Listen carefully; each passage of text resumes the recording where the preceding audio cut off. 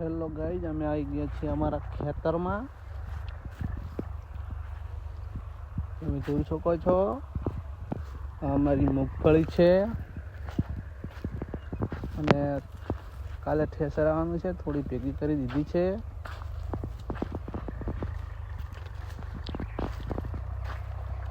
બહુ સારું લુક છે આજનું.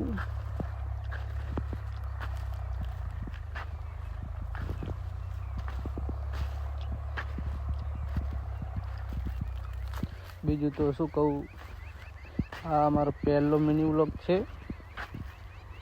સપોર્ટ કરતા રહેજો.